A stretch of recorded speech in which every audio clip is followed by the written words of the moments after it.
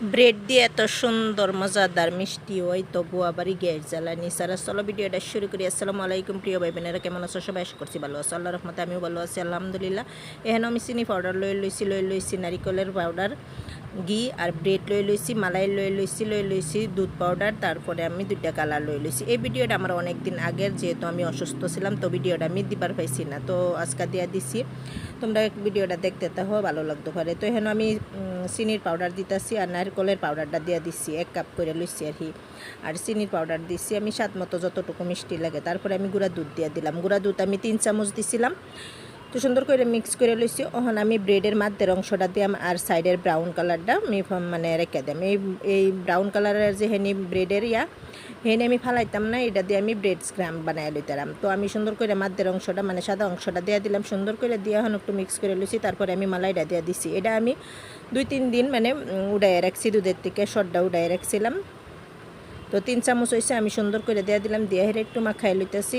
আর এখানে দুধ বা অন্য কিছু লাগতো না, পানি সুন্দর করে মাখাই নিতেছি। মাখাই নিয়ে হেরে দেওয়া যে মুঠ মারুন যাইতেছে, মানে এক ফাট্টা হয়ে পড়তেছে, মানে কী কয় এটার এক মুঠি হয়ে পড়তেছে। তারপরে আমি একটু ঘি দিয়ে দিছি, ঘি দিলে আর কি ফ্লেভারটা একটু সুন্দর হয়, ভালো লাগে। তো দেখতে তাও ভিডিওটা যদি ভালো লাগে আমার পাশে থাকবা, সঙ্গে থাকবা। দেওয়া সুন্দর করে এই যে মুঠা হয়ে গেছে, একদম সুন্দর করে আমি মাহাই লোবার পাইছি, একটা ডোর মতন হয়ে পড়ছে। তো 3টা ভাগ করে লইতেছে, আমি 3 কালারের বানাইম, যেহেতু আমি 15 আগস্টের লেগে ভিডিওটা বানাইছিলাম।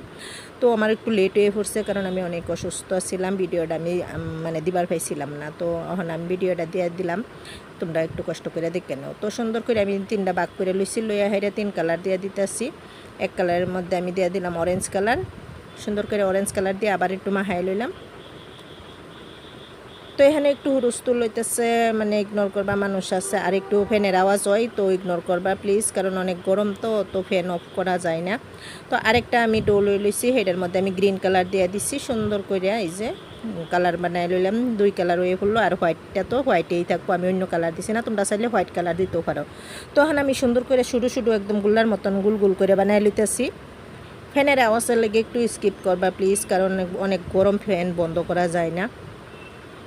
তো সুন্দর করে এই যে গুল করে লইতেছি, এক কাটা করে লইতেছি, সবগুলি গুল করে লাড্ডু বানিয়ে লইতেছি। আগে না গ্যাস জ্বালাইছি, না আগুন ধরাইছি, না কোনো কিছু, একদম চটপট হয়ে যায়। এটা মানে যদি আমরা ঘরে বসায় রেখেও বানাইতে পারি আমি এইভাবে। আমি তো 2 কালার দিছি, আমি তো 3 কালার আর হোয়াইট কালার, গ্রিন কালার আর অরেঞ্জ কালার দিছি। তোমরা চাইলে 4-5টা কালার দিয়েও বানাইতে পারো, অনেক সুন্দর দেখতে হয় আর খাইতেও মজা লাগে।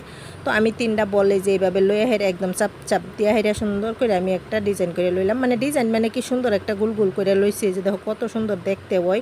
এইভাবে 3টা গুল্লা লই হেরে সুন্দর করে এইভাবে চাপ দিবা, দেখবা সুন্দর একটা ডিজাইন হয়ে পড়তেছে, আর দেখতে অনেক সুন্দর হয়। আর 4-5টা কালার বানালে আরও সুন্দর হয়।